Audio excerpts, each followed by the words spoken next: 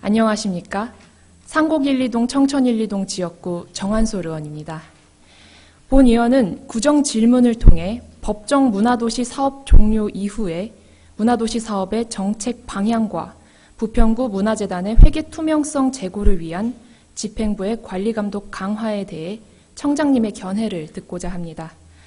부평구는 2016년 부평 음악융합도시 조성 사업을 시작으로 2020년에는 예비문화도시 지정, 21년에는 인천 최초로 제2차 법정 문화도시에 지정되었습니다.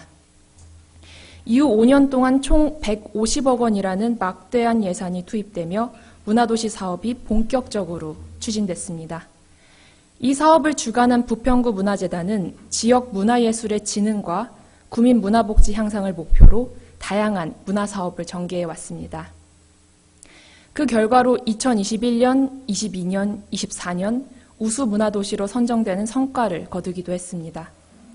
그러나 올해 사업의 종료를 앞두고 법정 문화도시 사업에 대한 국시비 보조금이 지원되지 않음에 따라 부평구 문화재단의 문화도시 사업 역시 위축될 수밖에 없는 상황입니다.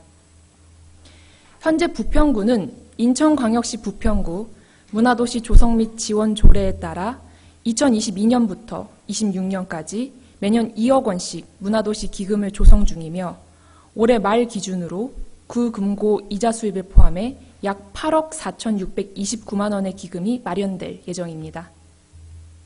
하지만 이 기금을 어떻게 활용할 것인지에 대한 구체적 계획은 부재한 상황이며 새로운 공모 사업을 준비할 것인지 아니면 자체적으로 문화도시의 명맥을 이어나갈 것인지 등 향후 계획에 대해 방안이 마련되지 않았습니다. 그간 본 의원이 문화도시 사업 운영에 대한 재검토와 향후 지속 가능성에 대해 질의할 때마다 재단 측에서는 선택과 집중을 하겠다는 원론적인 답변을 하긴 했으나 이후 지속해서 신규 사업을 진행하며 결국 보여주기식 답변의 반복이었습니다. 또한 올해 부평구 문화재단은 인천 음악창작소 위탁과 더불어 약 7억 원 이상의 예산을 투입하여 그동안 사업들의 발자취를 기록하는 음악 콘텐츠 및 주민 휴게 공간인 지음을 조성하고 있습니다. 여기서의 발자취가 정말 주민을 위한 발자취일까요? 누구를 위한 행정이며 공간일까요? 구청장님, 문화재단의 설립 목적이 무엇이라고 생각되십니까?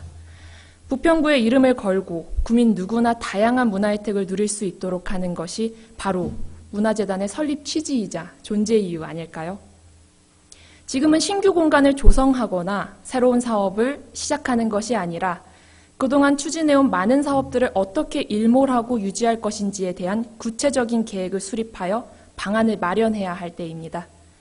본 의원은 지난 수년간 부평구 문화재단의 주요 사업들을 자세히 살펴봤습니다.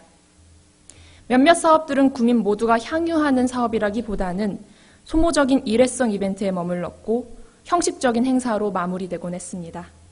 또한 사전조사를 진행하지 않은 채 사업을 진행하고 유관부서와의 소통 없는 일방적인 행정으로 주민 갈등을 야기시켰습니다. 이와 같은 행보는 문화재단이 문화도시가 실질적으로 부평구에 무엇을 남겼는가에 대한 강한 의문이 들 수밖에 없습니다. 부평구 문화재단은 특정 소수만을 위한 기관이 아닙니다. 구민 모두가 누릴 수 있는 기관이어야 합니다. 아울러 그동안 투입된 예산의 규모는 연간 30억 원, 총 150억 원에 달합니다. 이처럼 막대한 예산이 투입된 사업이라면 더는 예술의 자율성을 이유로 무책임한 운영이 계속되어서는 안 됩니다. 감사마다 운영 전반에 대한 시정 요구와 재정적 조치가 반복되지만 문화재단의 운영이 실질적으로 개선되었다는 느낌은 여전히 부족합니다. 이러한 형식적인 감사가 과연 효과를 보고 있는지에 대해 의문을 제기하지 않을 수 없습니다. 이제까지의 진행한 형식적인 감사에서 더 나아가 예산 집행의 투명성과 책임성을 확보할 수 있는 실질적인 관리감독 강화를 통해 문화도시 사업 마무리에 총력을 기울여야 할 때입니다.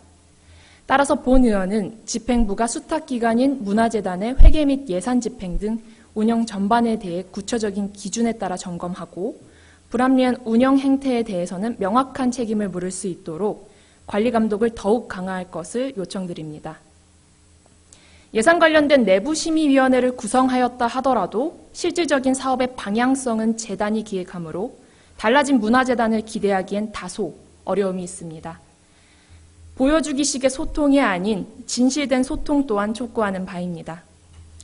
이제 본 의원이 구정질문을 정리하며 청장님께 질의 드리도록 하겠습니다. 부평구의 지속가능한 문화발전을 도모하고 구민의 문화복지 향상을 위한 문화복지 사업의 존속 방안과 부평구 문화재단의 회계 투명성 확보를 위한 집행부의 관리감독 강화 요청에 대하여 구체적인 방안이 있는지 청장님의 견해를 듣고자 합니다. 이상으로 본 의원의 행정복지위원회 소관 구정질문을 마치겠습니다. 경청해 주셔서 감사합니다.